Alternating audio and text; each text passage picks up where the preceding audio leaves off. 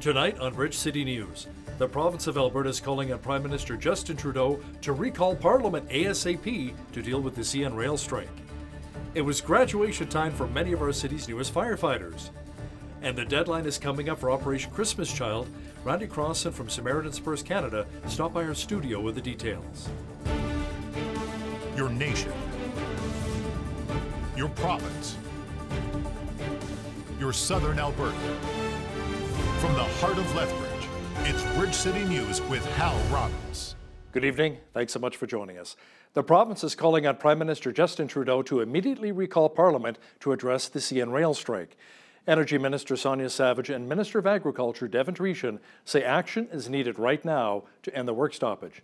Savage says CN rail ships in excess of 170,000 barrels of Western Canadian oil per day, and any disruption would have serious consequences for the Alberta economy. In a written statement, Alberta Agriculture Minister Dreeshen had this to say: Alberta farmers depend on rail to get their world-class products to market. We have seen the severe consequences of rail backlogs before. Farmers do not need the added pain from compounding rail delays, especially after this difficult harvest. Now is the time to act. Around 3,200 conductors, train persons, and yard workers are currently on strike. Alberta's finance minister says the UCP government's decision to fire the elections watchdog, who has been investigating the party, has nothing to do with the investigation. Travis Taves says it is a cost-cutting measure, and the government says the investigation can still move forward. Election Commissioner Lorne Gibson already dished out more than $200,000 in fines for funding violations to the UCP. Opposition NDP leader Rachel Notley calls the firing an act of corruption that is unprecedented in Alberta. The provincial government is launching an online survey to find out if Albertans want to continue with daylight savings time. Under the Daylight Savings Act, Albertans set their clocks forward 1 hour to observe daylight savings from the second Sunday in March until the first Sunday in November. This puts the province in the same time zone as the Northwest Territories and Montana. Earlier this year, the European Union voted to abolish seasonal time change by the year 2021. Saskatchewan, Arizona, and Hawaii do not change their clocks twice a year like we do. The online survey about the Government of Alberta website will be open until Tuesday, December 10th. Visit alberta.ca and follow the links to let your voice be heard. The training is complete, and today the Lethbridge Fire Department introduced their newest graduates during a ceremony which took place at the Southminster United Church. Almost 1 year ago, we opened about 120 applications, and today we get to see 6 recruits graduate. And what that means is that these men have walked quite a journey. They have the right qualities that they bring to the table, and those are a sense of teamwork, those are a sense of pride in the service that we offer, a sense of really wanting to come and do the very best job possible for the citizens of Lethbridge. Here in Lethbridge, they model an integrated service model, so you can be a firefighter and a paramedic together. Most big cities, because of large numbers and stuff, they either can be one or the other, but here in Lethbridge we're very lucky because we get to be both. So I'm extremely happy to be done my recruit, be a part of the team, and be able to get back out into the city and serve the community. It was a lot of training, so it was all really good. So I feel like we're really well prepared, but also at the same time we're still going to have a lot to learn. Especially with the experience and stuff, but as far as trainings went, it's helped us a lot. I feel pretty confident with getting on the road and serving the community, and hopefully doing good there. According to the Alberta government, the average experienced firefighter has an annual salary of around $93,000 per year. Operation Red Nose has launched once again and is now in its 25th year. The program is dedicated to fighting impaired driving. During the holidays, people who have been drinking can be driven home in their own vehicle thanks to a dedicated team of Red Nose volunteers. There's no fee for the service, but donations are encouraged to support pronghorn athletics at the University of Lethbridge. Over the past 24 years, around $775,000 has been raised for the pronghorns through Operation Red Nose. To book a ride with Operation Red Nose, give this number a call, 403-320-4155. Coaldale and Picture Butte RCMP responded to a call of a hit pedestrian around 7 o'clock last night north of the city. Police say a 43-year-old Lethbridge man was crossing Highway 25 near Township Road 92 when a half-ton truck hit him.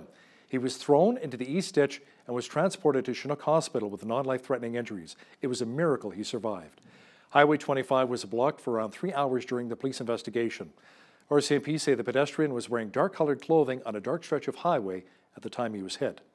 Road conditions were dry at the time, and alcohol was not a factor for either the 22-year-old driver of the truck or the pedestrian. It was a special day at Lethbridge College today as 6 new inductees were honored for the Kodiak's Hall of Fame. This year we have two unique builders being inducted, first time ever, and it's to recognize that the contributions that they've made to Kodiak athletics, which have been great and long-standing, as well as with Val and Flora Mattiotti. When the building was actually erected, right, they were a big contributor and have continued to be a big contributor to Kodiak athletics. They're a great group of guys and girls that we had a good time. 1962, 63, the women's team were in the Junior Alberta Championships, which they won, and then in 1967, 68, the men's team from the Kodiaks won the Alberta Championships. We were 10 women who didn't know each other. We came from all different parts of Alberta and came to join the basketball team and ended up being champions. Like, it was wonderful. The Kodiak's Hall of Fame was founded in 2017 and inductions are made every other year. Some Saskatchewan business owners say a Western separatist movement is not welcome. Eric Wall, one of the organizers of Wexit Saskatchewan, says the group plans to set up booths at Princess Auto and Canadian Tire in Saskatoon this weekend. But Canadian Tire manager Dave Palmer says he will make sure the group will not be in the store area at all. The property manager of the mall also took the same stance as Palmer, saying there will be added security to ensure the movement is not set up anywhere near the property. Wall says if they're not wanted, they'll simply go to the sidewalk. The legal team for a doctor who owns a private surgical clinic made closing arguments today for why patients should be allowed private health care in BC. Dr. Brian Day says he launched his lawsuit because the public system is broken. Advocates for public health care say a two-tiered system only benefits the wealthy. The thing with private clinics is that when you take doctors and healthcare workers out of the public system to serve this extra, separate system over here, the private sector, people wait longer. And so our universal access healthcare system is a deeply cherished value and part of our Canadian identity, that we take care of each other, and it's not just the privileged few or the super rich who can just pay to jump to the head of the queue. Is that thousands and thousands of British Columbians are waiting beyond those medically acceptable times, and there is no recourse for those patients. So what we believe is that the government cannot have it both ways. You cannot promise health care and then fail to deliver it in a timely manner, and at the same time make it unlawful for an individual to take care of their own health. So you can't do those three things. Charges against 20 Toronto climate protesters were dropped. Crown attorneys told the court it would not be in the public's best interest to pursue criminal charges against the protesters who blocked traffic along a bridge on October 7th. It was part of an international movement to spur urgent government action on climate change. I am angry because the reality is that I'm being tried as a criminal because I want justice, climate justice, and justice for Indigenous people, and justice for the animals, and I'm being treated like a criminal. While the leaders, the politicians, the people in power run free while they're putting pipelines through Indigenous land, while they subsidize our ecocide by subsidizing animal agriculture, and whose lives are on the line? Everybody's. It doesn't matter if you're a judge behind a desk or a person wearing a police uniform. We are all affected by this. 3 of Ontario's 4 major teachers' unions are taking steps towards walking off the job as they negotiate with the government for new contracts. Meanwhile, the union representing public high school teachers says its members voted 96% in favor of a strike. Since the beginning, I've demonstrated the government's intent to be reasonable during the negotiation process. We invited our labour partners to begin bargaining early in the hopes of avoiding disruption at the beginning of the school year. We doubled our investment and hired permanent psychologists and psychotherapists. We enhanced special education and mental health supports in class and provided funding to ensure hundreds of education workers could return to the classroom. We updated our curriculum, focusing on STEM, financial literacy, and back to basics math to teach our kids the skills and the knowledge they need to succeed in a competitive job market. Our members are telling us, and they're telling the government, that they are frustrated with the pace of negotiations. They are losing patience with a government that refuses to engage in meaningful discussion about major issues that affect the quality of learning in our schools. Our members have given us the strong strike mandate that we requested. While we're pleased about that, we are extremely disappointed that we're still here trying to move these negotiations forward. The City of Montreal is honoring a man who is being called a hero after he used his SUV to shield pedestrians from a speeding car. Eric Marciano's act of courage was recognized with a certificate of honor, and the mayor invited him to sign the city's official book. Marciano said he was only doing his duty when he made the split-second decision to act. I mean, he might have slammed into people, yes, that's what I thought, and I had to stop him. I was thinking a lot about what was happening in Europe with all these crazy drivers going into crowded places, and I said this wasn't going to happen in our beautiful city. What led up to it was a car chase that a driver was driving recklessly towards pedestrians, so I figured I had to act, and that's exactly what I did. If anything positive can come out of this, I hope this would be it, that people would think of others and just be more, good citizens. And you feel like a hero yourself? No. Why is that? Why everyone else is calling you that? I can't. You'd have to ask them. But why don't you feel like a hero? For me, it was just a natural thing to do, and if I had to do it again, I would do it again. More details have been released in regards to that mass shooting in Fresno, California, which left 4 people dead and 6 others wounded. 2 suspects entered the residence through the backyard through a side gate, came into the backyard, and began randomly firing at people in the backyard. There were approximately 16 male adults in the backyard with women and children in the house. It appears that just the people in the backyard were targeted from the shooting. When officers arrived, there was mass casualties. 3 were confirmed dead at the scene. 6 others were transported to the hospital, with a 4th victim dying in surgery at the hospital. They're good family. Uncles, brothers came out and said that, you know what, we came here. I know all the young men that showed up here. They're not gang members, they're families. Now it's not even in the streets, it's in our backyard. That's alarming, and so that's disturbing for me. These folks that were at the house were career-minded business individuals, and a lot of times we get painted in our community as being gang violence.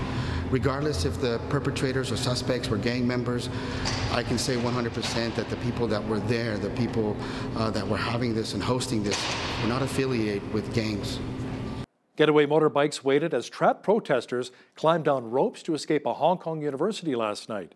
Clashes with police officers left some people trapped inside of the university, which remains surrounded by police. Protesters blocked access to a major road tunnel under Hong Kong's iconic Victoria Harbour, prompting police to intervene. That led to bitter clashes that have left some people stuck inside the university, afraid to face arrest if they leave. Our foreign affairs expert Lisa Daftari says there does not appear to be a resolution in sight between pro-democracy protesters and the government. Instead, things are escalating to the point where police are no longer using tear gas, but instead, real bullets. We've seen on both sides restraint so far. There have been 1 or 2 casualties here and there, but now it looks like the protesters have stepped up their game, and in reaction to that, the government has stepped up their game. They've become extremely brutal in the crackdowns, and as you said, it's no longer about tear gas. This is about firing on the protesters to stop the protesters, to intimidate other protesters from coming out. Lisa will have more on the Hong Kong protests. She will also have this story about a former Nazi guard who faces more than 5,200 counts of accessory to murder. That's coming up after Business News. It was on this day that Egypt's Anwar Sadat becomes the first Arab leader to visit Israel. Ford ends production of the Edsel, and actress Jodie Foster was born. This is Today in History for November the 19th.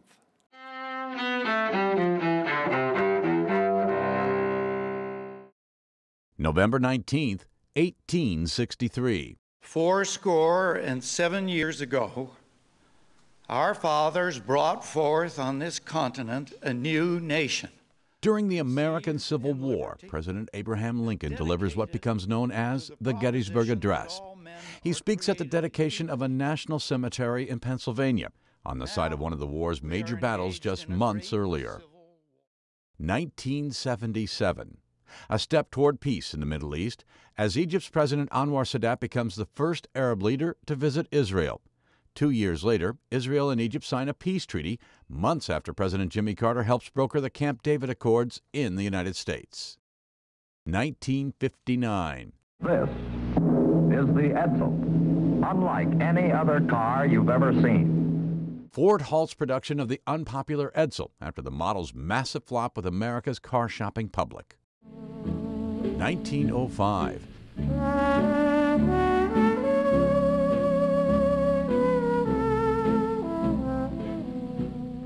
Tommy Dorsey, one of swing music's big band leaders along with his brother Jimmy, is born in Shenandoah, Pennsylvania.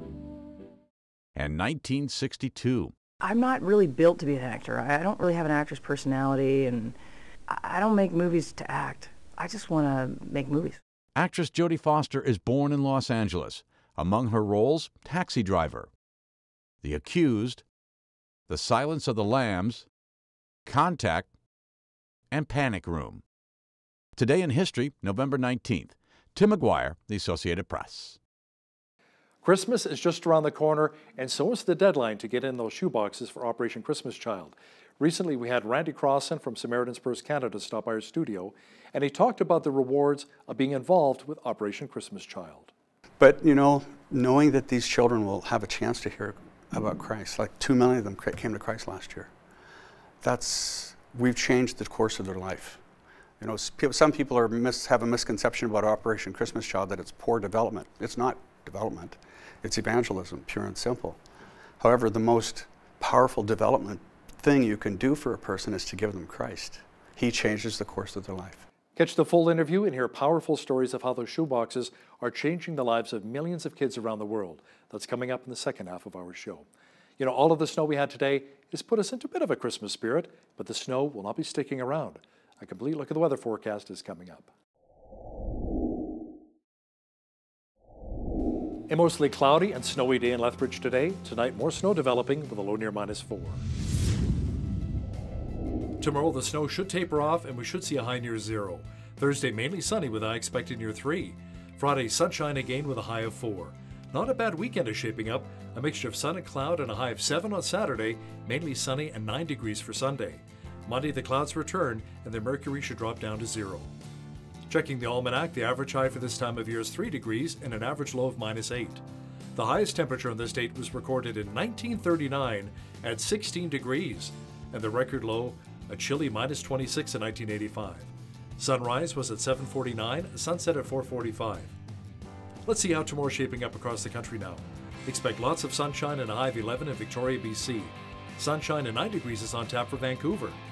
Calgary had a snowfall warning today. Tomorrow mainly sunny and a high of -1. Periods of snow and 0 for Edmonton on Wednesday. Expect light snow and -6 in Regina. A mixture of sun and cloud and a high of -6 as well for Saskatoon. Snow and -4 for Winnipeg tomorrow. Mainly cloudy and 6 degrees for Toronto. Expect a mixture of sun and cloud and only 2 degrees for Ottawa. Overcast and 0 for Montreal. Over in the Maritimes, Fredericton, New Brunswick should be mainly cloudy and 3. Rain mixed with snow and a high of 4 degrees for Halifax, Nova Scotia. Lots of cloud cover and 3 for Charlottetown, PEI. And in St. John's, Newfoundland, expect periods of drizzle and a high near 5 degrees for tomorrow. Federal Labour Minister Patty Hyde says Ottawa is concerned about the impact of a strike by 3,200 workers at CN Rail. She remains hopeful, however, that a deal will be reached between the two sides. Negotiations are continuing between the railway and the union, which represents the conductors, train persons, and yard workers who walked off the job just after midnight. Workers say they are concerned about long hours, fatigue, and what they consider to be dangerous working conditions. The strike comes a week after CN confirmed it was cutting jobs with a drop in demand due to a weakening North American economy. A surge in the amount of Canadians who cannot pay their debts is raising eyebrows in Canada. According to the Office of the Superintendent of Bankruptcy, close to 12,000 consumers filed for insolvency in September. That's a 19% increase from last year and the biggest gain since 2009. So far in 2019, just over 102,000 Canadians filed consumer insolvencies. The trend is a worrying development and suggests cracks are beginning to appear in Canada's household debt landscape.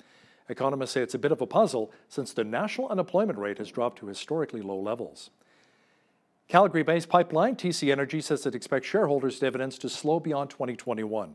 It has predicted dividend growth will fall to an annual rate of 5 to 7% from the 8 to 10% expected through the end of 2021. The company, formerly known as the TransCanada Corporation, says the slower pace is based on its outlook for future organic growth but could be boosted by future acquisitions. The company has declared a quarterly dividend of 75 cents per share ending December 31st for an annual yield of about 4.4%. European budget airline EasyJet says it will become the first major carrier to operate net zero carbon flights. It says it will offset carbon emissions from the fuel used on every flight by investing in planting more trees to protect against deforestation. The cost of the program is estimated around $32 million. Now, here's a look at today's markets. The TSX was down almost 14 points on the day to 17,011. The Dow was down 102 points on the day to 27,934. The S&P 500 was down almost 2 points to 3120, and the Nasdaq was up almost 21 points to 8570. Oil was down at $1.90 to 55.15 per barrel. Natural gas was down 6 cents to 2.51. Gold was up 18 cents to 14.7263 per ounce, and silver was even on the day to 17.15 per ounce. Wheat is at $231 per metric ton, barley's at $232, canola's at $441, and corn is at $275 per metric ton. Live cattle were up 8 cents to 118.90, feeder cattle were up 23 cents to 146.75, lean hogs were down 60 cents to 62.93, and the Canadian dollar was up on the day slightly to 75.39 US. Recapping one of our top stories this hour, the province is calling on Prime Minister Justin Trudeau to immediately recall Parliament to address the CN rail strike. Energy Minister Sonia Savage says action is needed now to end the work stoppage. Savage says CN rail ships in excess of 170,000 barrels of Western Canadian oil per day, and any disruption would have serious consequences for the Alberta economy. Agriculture Minister Devin Tereshan also shared his concerns about how the strike is impacting Alberta farmers trying to get their crops to market. Around 3,200 conductors, train persons, and yard workers are currently on strike. More than 2 million kids around the world have given their lives to Christ, thanks in part to a simple shoebox. Randy Crossan from Samaritan's Purse Canada stops by our studio next with the details. But first, here's a look at what's happening in and around your community. Here's your Bridge City News Community Calendar. Do you have a knack for wrapping gifts and spreading Christmas cheer? Volunteer Lethbridge is looking for gift wrappers for their holiday gift wrapping fundraiser, taking place November 18th to December 24th at Park Place Shopping Centre. Orientation will be provided. For more information, contact Chelsea at 403-332-4320. Come to the Nika Yuko Japanese Garden on Friday, November 29th as they kick off the season with their Winter Light Festival, which will run until January 31st. On that evening, the gates will open at 6 p.m. with greetings from sponsors and dignitaries at 7. Admission is $9 for adults. Admission is $9 for adults, $7 for kids ages 6 to 15, and ticket packages, which include food and drinks, are also available. For more information, visit nikayuko.com. It's the 28th annual Mayor's Christmas Concert on Saturday, December 7th at Southminster United Church, beginning at 7 p.m. Enjoy your favorite Christmas carols performed by the Lethbridge Community Silver and Gold Bands with special guests Ecole Agnes Davidson Senior and Junior Choirs. Come take part in this annual tradition and bring along a donation in support of the Lethbridge Food Bank and Interfaith Food Bank's Christmas Hope campaign. For more information and to purchase tickets, visit lcbs.yapcity.com. And that's your Bridge City News Community Calendar. Most of you know about Operation Christmas Child, also known as the Shoebox Campaign, which is a project of the international relief organization Samaritan's Purse. It has become the world's largest children's Christmas project. Joining me now in studio to chit-chat a bit about it is Randy Crossan, Director of Operation Christmas Child right here in Canada. Welcome to BCN. Hi, Hal. Thanks for having me. Randy, let's talk a bit about Operation Christmas Child, and for some of our viewers who are not familiar, what do you guys do? Well, we, on the Operation Christmas Child side, we collect shoebox gifts that we collect this time of year. We get between 500,000 and 600,000 of them, and we take them overseas to give to children in the developing world. But because of our mandate, we do everything in the name of Jesus. So it has become, from what we understand, the largest evangelistic program in the world. And millions of kids are even saved through this program as well. Yeah, last year alone we saw just over 2 million kids come to Christ. Wow. So it's an amazing process in that we go in, train the churches on how to do an evangelistic distribution of the shoeboxes, and then we also train them how to do a 12-week Bible study that we provided for them as well. At the distribution, the gospel is shared. We've got a big poster program that goes with it, and they effectively share it consistently the same way around the world. And there's also a little booklet called The Greatest Give that we give out as well, and it's the gospel, you know, his birth, life, death, and resurrection. Now, there are a lot of needy kids, though, in this world, and only a certain amount of shoeboxes. How do you decide which child gets which box? Well, that's typically through the church. The local pastors that get trained, they apply to become a distribution site for us, and so we vet them. There's a lot of going back and forth and checking their credentials. Even in the developing world, we want to make sure they're the right people. And when they set it up in their church, the children from that church typically invite their friends from the community. And so that's how we end up with the group of kids that we have. Tell me about some of the countries you visited too. Well, Canada typically ships into West Africa, Central America, some in South America. We've also shipped into Ukraine. I was in Ukraine just earlier this year, and it's just amazing how those boxes can impact the lives of children living in a war zone. Wow. What are some of the most needy countries right now where we see kids in need? Hal, you know, I can't think of one that isn't. I mean, the world is a very disrupted place right now when you think about it. There's a lot of poverty, right? A lot of poverty, but a lot of upheaval, whether it's disaster or war or corruption going on in the governments. And so children are the ones that typically suffer in the middle of that. And so whether it's poverty or anything else, that shoebox gift opens a door for us. It shows an act of love and kindness that allows us to share Christ with them and the families. What actually goes into these shoeboxes, Randy? Well, a lot of hygiene items like face cloths, towels, soap, bar of soap, toothbrushes. We can't put anything in it that's got an expiry date. Things like school supplies are critical. In a lot of these countries, you can't go to school without the supplies. I was just sharing earlier that one of our people was in country at a distribution, and a young girl got a packet of pencils. And she was over the top excited because she'd gotten these pencils. And when our person asked why she was so excited, in their classroom, they all used the same pencil. So you can imagine passing it, taking the notes, passing it around. And she said, if I'm really careful with these, they'll last 5 years. I used to pass notes around in class, but not pencils, right? Exactly. That was something entirely different. There's also this voluntary Bible study course, The Greatest Journey. Tell me a bit about that. It's a 12-week Bible study that we offer. We train the schools and churches to do this. In a lot of the places, they've never heard of Sunday school. So it's the whole focus on children is a little bit of a different approach for them.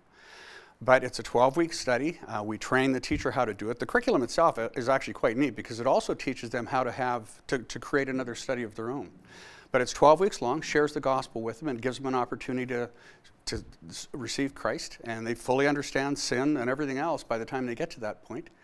And then it disciples them into their own culture. We train local people who aren't leaving. They're staying there. They become their mentors, their examples for going forward. And we also teach them how to share their faith.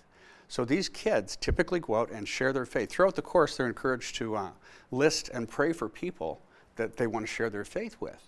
And typically it's family and friends and so on. We go back in country, 5 years later, 3 to 5 years later, into those regions to find out what's really happening. And what we're finding is that 85% of these kids are still going to church. Wow.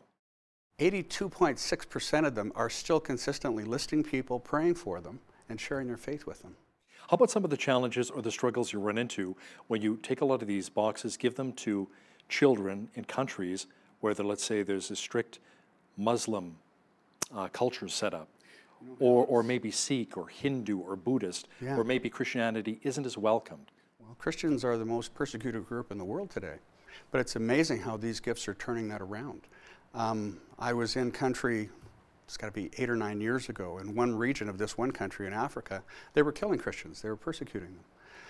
And our teams in these countries started using the boxes to go in and give a gift to the people that were persecuting them. So I was there about 1.5 years ago, 2 years ago, and a group of pastors from that region came down because they'd heard I was in country and they wanted to meet with me. And they were telling me how these Muslims in that region were now supporting them and helping them do distributions. And it was interesting. One of them shared a story about his sink being plugged. And he said the man wasn't going to charge him. He demanded that he take the money. And the man said, so this is what the imam meant. And he says, what do you mean by that? And I guess there'd been a meeting of a lot of the leaders in the region they're in. And the head cleric stood up, and his topic was goodness. And he said, if you want to see what goodness looks like, look at the Christians around you. Wow. So to go from that to that, like being persecuted, heralded as a good example of goodness. So you're not only planting seeds with the kids, but with a lot of the adults too? Enormous. We now have the Bible studies, the parents are starting to come. So when we do graduations at the end, where they're given a Bible and a certificate and all that, the parents have joined in as well. So we're starting to give out certificates to the parents as well. A lot of these countries, parents will come with the children. To the distribution, we coach them to do that. Because the box itself in Canada, it's valued about $45. We value them, we take samplings throughout the year, or throughout the process for Revenue Canada to make sure that they're valued properly. So in a lot of these countries, that's 2 months' salary. So we coach the parents to come, so they come, they hear the gospel at the distribution, they get the booklet, they go to the Bible study and the gospel shared there, and then at the graduation, the gospel shared again. So I was just at one in El Salvador, a little tiny church pastored by 2 ladies right in the middle of the gangs in El Salvador. And El Salvador is the highest murder rate in the world right now. And these 2 little women doing church there. They had a church of about 50 people, and they were graduating 95 children from the Greatest Journey. So they've effectively tripled the size of their church. I used to sponsor a child through World Vision, Fred Argueda, in San Salvador, El Salvador, many years ago. And he would tell me about a lot of the unrest and a lot of the dangers in San Salvador, right? Yeah, it's incredible. How about some of the remote villages around the world? Do these boxes make their way there, or is it mostly the bigger cities? Oh, hell, no. Most of our stuff goes into the remote regions. As a matter of fact, now, they've always been reaching into unreached people groups. So right now in the world, according to the Joshua Project, there's over 7,000 unreached people groups. Well, we're now working with a lot of the groups that are trying to reach in there. One of them is the Seed Company. And last year we got into 107 of them in 43 countries. And we just keep advancing. The gift opens the door. And the president of the Seed Company has stated recently that at the present rate, we'll have reached every unreached people group within the next decade. And of course, that means an awful lot from a biblical or prophetic perspective, doesn't it? So how many boxes at a distribution center here in Canada are finally shipped out to either West Africa, maybe somewhere in Europe, Asia, South America? Well, we're right now, last year we got about 500,000. We're hoping to do more. We've been higher than that in the past. And so we're trying to encourage people to pack more. Every year, we could easily double the number that we send out. There's that much opportunity.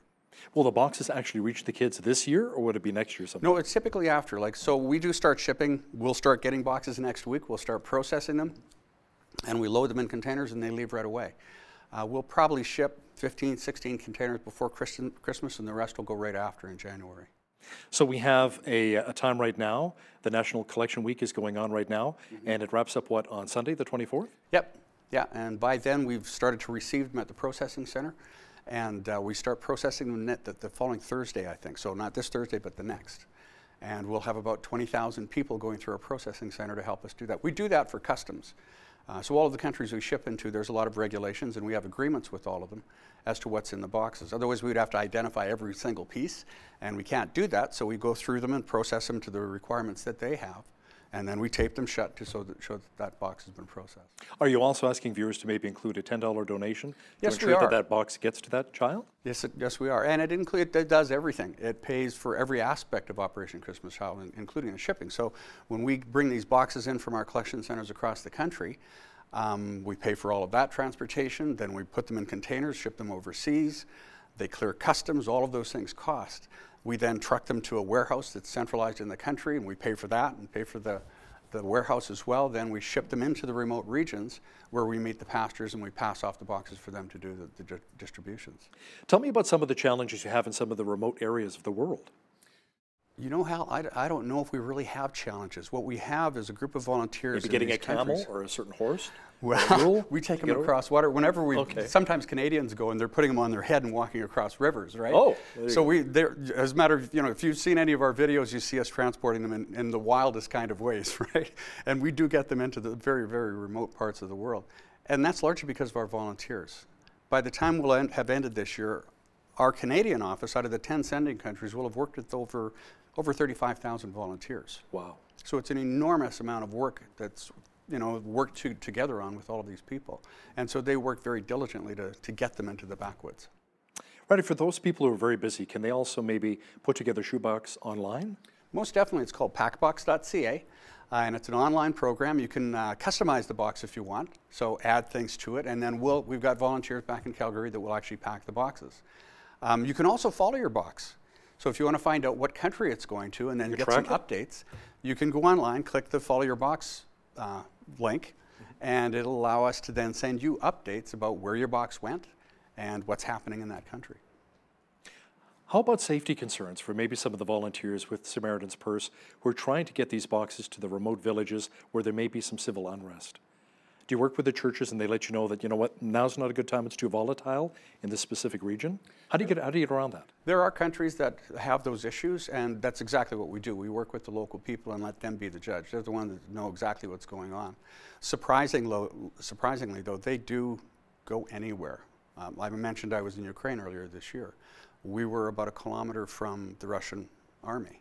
Wow. They were shelling nearby. There was a Ukrainian soldier killed the day while we were there. Our people go everywhere and into some of the most difficult regions. I've had an opportunity to pray with a lot of them. One man in particular, he was going into a country, in his country, he would go to church every day as the pastor and had to pass this region that was really bad for crime, corruption. It was very dangerous. People had been killed in the area. And he felt God was saying he needed to go in there. Well, every year I'd see him. For about 3 years I'd see him, and he kept saying, you need to pray with me. I just don't have the courage to do it. And then one year he didn't show up, and I thought, oh, I didn't want to ask the rest of the team because I figured this could be it. He could have died. The next year he showed up, and he was walking 10 feet off the ground. Not only did he get in there with the shoebox distribution and the Bible study, he was planting a church. Wow. So the gangs in the area had allowed him to build a church. Another great success story. Tell me about what else is very rewarding for you, Randy, being involved with Operation Christmas Child, the shoebox campaign. Oh, gee. You know, being able to see that smile on a child's face is enormous. But knowing that they have access to the gospel. You know, I came to Christ when I was 23. So there's a lot of stupid prior to that, right? There's a lot of things that we do in our lives that we just missed it. But thankfully before the internet, so it's not online, right? That's right, that's right. But, you know, knowing that these children will have a chance to hear about Christ, like 2 million of them came to Christ last year. We've changed the course of their life. You know, some people have a misconception about Operation Christmas Child that it's poor development. It's not development.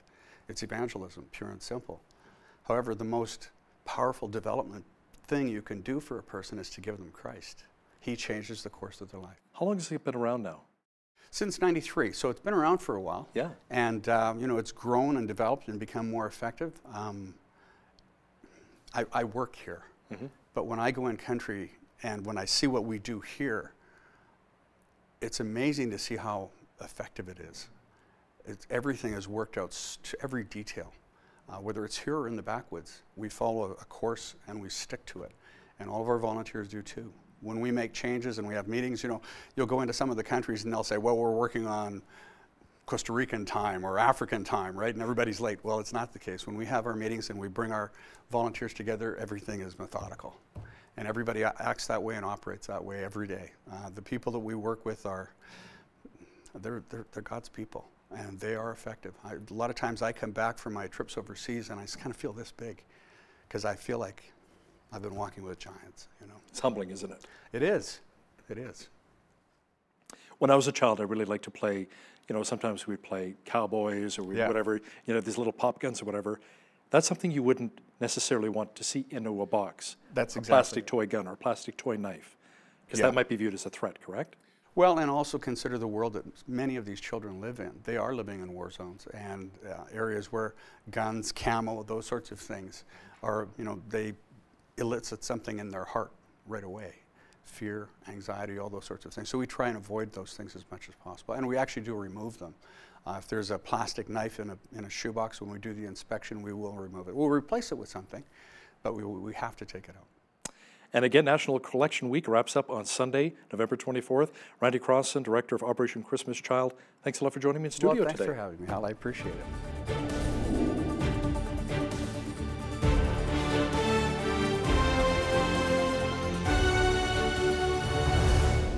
Protests in Iran are getting worse. In fact, the unrest can be seen in over 100 cities in that country. To talk more about it is our foreign affairs expert, Lisa Daftari, joining me once again via Skype from Los Angeles. Lisa, a lot of the protests are in reaction to a 300% increase in gasoline prices. Some protesters have allegedly been killed. Yes, it's an awful round of protests, and we hear about protests pretty often in Iran. This one is pretty serious, probably dating back to about 2009 when we had the Green Revolution in Iran. That was probably when you had the previous most significant round of protests, and that was over a fraudulent election. Now we talk about the price of gasoline going up, and you know, that's an excuse, right? So it starts out because of one item. And the last time they had protests there was because of the price of eggs. So you can ascertain from this that the life is not easy under this regime, and the sanctions placed by the U.S. and the West doesn't help, because the government passes on that economic burden onto the people. So once they come out, it's no longer about the gasoline or the price of eggs or a fraudulent election. It becomes about 40 years of living under a repressive regime that doesn't believe in human rights, that doesn't believe in giving women rights, that doesn't believe in allowing protesters to voice their opinions, because after all, the internet has been cut off. And you have the leaders of the country, these mullahs, going on social media to express themselves, but yet they don't give the people of Iran that same right. And why? Because they know that that's how the people have, they become citizen journalists, and they tell their story to the world. They also use the internet and social media to organize and to plan more and more protests. So this is the Achilles heel of the government. We've always said that, and I appreciate you covering this, Hal, because I've been watching cable news all day, and over the last, 10 hours, I think it was reported once on Fox News on one show, not even on the other shows. So this is not being reported. I think, we kind of look past these happenings in the Middle East, but this is a major, major happening, and who knows what this will bring. I mean, has this happened before in Iran with a false alarm? Yes, but could this be a potential game changer for the region? Absolutely. The Supreme Leaders even hinted at a crackdown. What would that look like? Very bloody, very, very bloody. The last few times that we had protests in Iran, there weren't that many casualties, and we kind of thought that the government was going a bit, not soft, because that's not the right word, but they weren't cracking down to their full potential or being as brutal as they could be or have been in the past. But that was because potentially they were trying to show a milder side, if that's even possible, to the West. But now they have nothing to prove to anyone. They have no reason to play nicely when the West is pulled out of the nuclear deal. So now it's anything goes. They're going to protect themselves and their hegemonic rule in the region, at home. And again, this has always been the weakness of the regime. They go out there, they're in Lebanon supporting Hezbollah, they're in Yemen, they're in Iraq, they're in Gaza. But back at home, they know that they have so many, the percentage of disenchanted Iranians out of the 80 million population is extremely high. It's extremely high. And if they're going to start cracking down, they will do so in order to protect their reign and this government's longevity. Not too far away in Iraq, an Iraqi protester was killed amid fresh clashes on a Baghdad bridge. Tell me more about that. Yes, and now this is related. Part of the disenchantment of the people in Iraq is for them to come out onto the streets and want to shake off the influence of the Iranian rule on them. The regime in Iran has stuck its nose into Iraqi politics. They always have. Whenever they find a political vacuum or an opportunity, they swoop right in, and that's exactly what they did. When the U.S. pulled out, when this vacuum became available, the Iranian regime swooped right in, and they created an opportunity for themselves, again, wanting to expand their tentacles and expand their influence in the region. I've always said the original Islamic State was the government of Iran that took over after the Shah was toppled 40 years ago. These mullahs wanted to create the first Islamic State, which was a Shiite Islamic State. ISIS, as we know it, the other Islamic State, is a Sunni Islamic State. So you have to understand the intentions of the Iranian government here, and that is trickled into protests in Iraq. The Iraqis want a better life. They have had the worst of turmoil over the last more than 2 decades, and now they want better. And in shaking off this foreign intervention is part of that. Now, speaking of protests, Lisa, police in Hong Kong are now threatening to use live ammunition on democracy protesters. Does the government not believe that tear gas is enough? Yeah, Tal, I don't know if you've seen some of the pictures coming out, or the video coming out of these protests in Hong Kong, the fire that was set at the university, and now, as you said, the government going hard.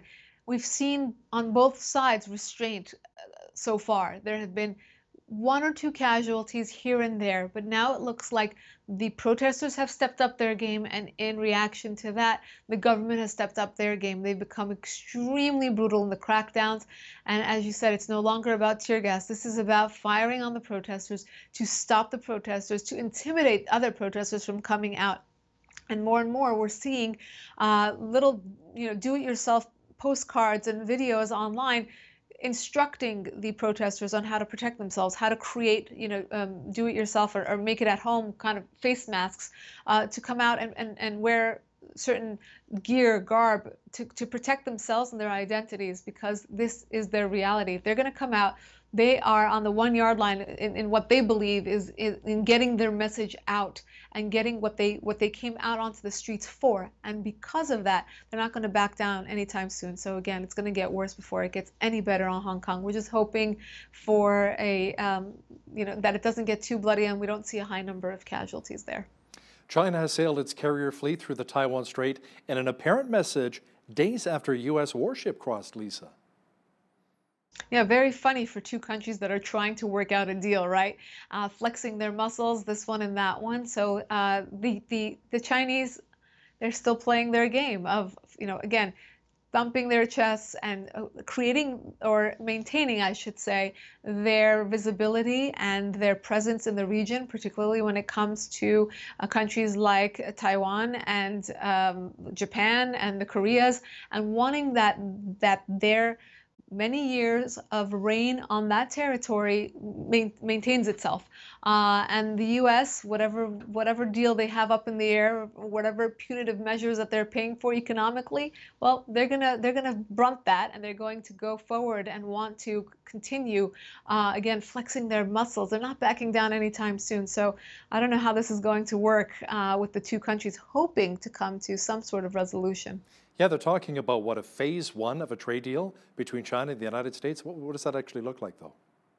Yeah, it's hard to tell because we've come down this road before, right, Hal?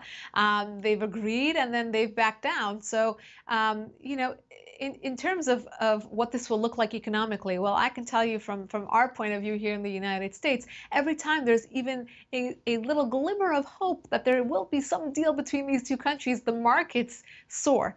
And every time that there is some sort of we kind of are not going in that direction, you see that the markets tank. So we play seesaw on our stock markets just based on that optimism or pessimism that comes from this deal. So imagine that this will have a very, very important, significant outcome for both nations with regards to the economy, with regards to optimism. Here in the United States, it will affect our election, I'm sure of that. And whether or not that Donald Trump is saving that wild card as we get closer to the election to announce some sort of magical deal with the Chinese, who knows? But again, it will be quite significant. A phase one probably looks like just coming to the table and announcing some sort of optimism to move forward. Nothing else has been announced, no details. But again, the points that they can't agree on, who knows if either side will concede those points, but it will have more to do with copyright infringement, with the Chinese having to agree to not cheat and not go behind the backs of the West, and in terms of patents and in terms of technology, and we know they have a very hard time doing that and agreeing to that. A top department store in Paris was shut down thanks to the French Yellow Vest movement, Lisa. Yes, this is an interesting news because we haven't heard from the Yellow Vests protesters in a while. I was in Paris in the end of May, early June, and I remember on random Saturday, you see police on every corner, and they say, well, the Yellow Vest protesters are out again. It looks like a bunch of young people out onto the streets, and they do cause a lot of violence. They break glass, they go into these stores, and the department store that they actually shut down was the Galeries Lafayette, which anybody who's been to Paris has probably frequented. It's a beautiful, beautiful kind of a it's like a museum more than a department store. It's beautiful, and they know the significance of that, both in terms of tourism and the economy, and in terms of just representing what Paris and what France is. So they know what they're doing. They're trying to make themselves known and their voices heard. But the violence that they cause, the intimidation that they cause. They put the police out. They're very disrespectful. I don't know if this is the right way to get their message across, but it continues, and I think it's just every weekend or every other weekend or so. U.S. and South Korea have postponed a joint military drill as an act of goodwill towards North Korea, but here's the catch. North Korea's Kim Jong-un supervised air drills of his own, while the U.S. and South Korea postponed their drills, Lisa. Yes, very, very interesting development coming out of North Korea. And why are we trying to show a sign of good faith to the North Koreans? Who knows? While they're going on with their own agenda. Again, you have China up in the air, you have North Korea up in the air. I mean, here in the United States, we have our own kangaroo court system going on with the attempt to impeach President Trump, and meanwhile you have, you know, the rest of the world is wreaking havoc. And I only say that because I always wonder, maybe this is my journalistic mind, but or because I look at the world from the foreign policy point of view, but you always wonder, what does it look like from the outside?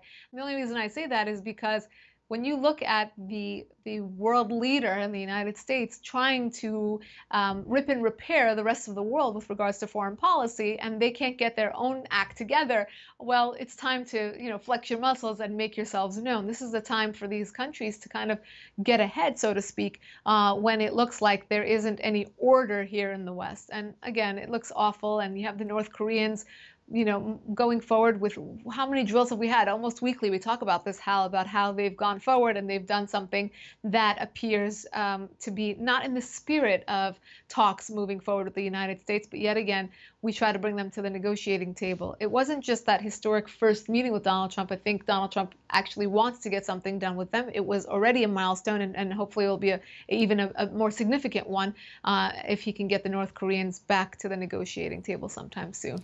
A recent report from the BBC says 32 militants were killed in a Burkina Faso slave raid, sex slave trade raid. The army in the West African nation refers to the militants as terrorists.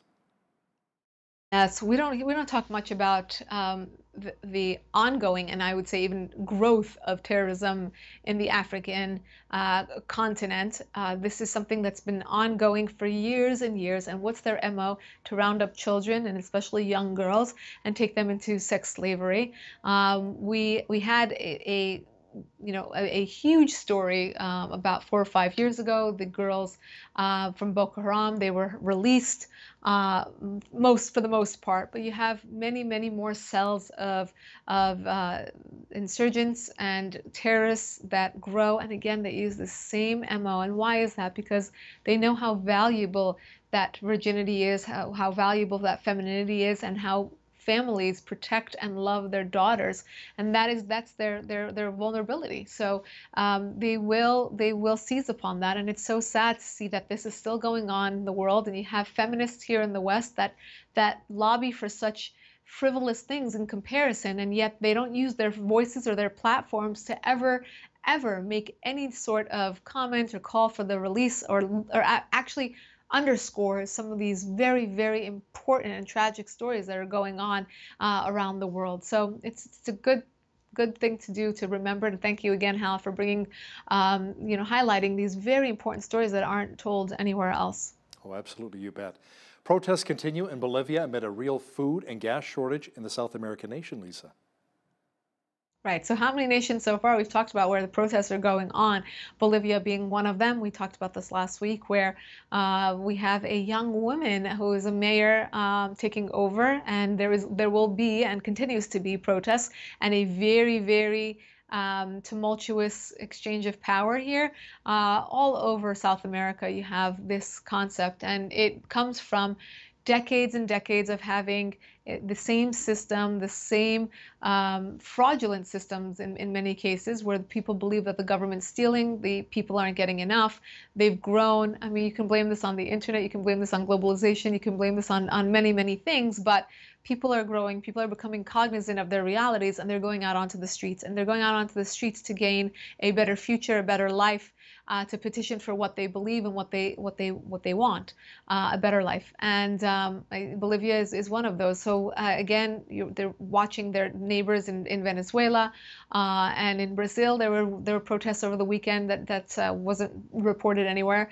But again, this is more of that rip and repair. What are we going to see going towards the future? And people are again vying for something better for themselves and for their children. A former Nazi guard faces more than 5,200 counts of accessory to murder. Tell me more about that. This is an interesting story, and I say interesting because this is such a part of history. At the same time where you have people denying the Holocaust, actually living and showing us that they don't believe in something that happened, you have people who like this, men in their 90s, who were instrumental to killing hundreds and thousands of people, adding up to the 6 million who were killed in gas chambers and, shot at point blank range. And, it's so interesting, again, to see that this part of history still lives on, and a man in his 90s sits there in his wheelchair being charged with these multiple murders. This will be one of the last cases we see, because again, they're dying off or they're already deceased. But it's very interesting to see that they still exist. Their stories have to be told. These stories have to be highlighted in order to tell this part of history, particularly, as I said, when people are denying this part of history, so that it should never happen again. It should never be repeated. Our foreign affairs expert, Lisa Daftari, joining me once again from Los Angeles. Thank you, Lisa. My pleasure. On behalf of all of us here at BCN, I'm Hal Roberts. God bless, and thanks so much for watching.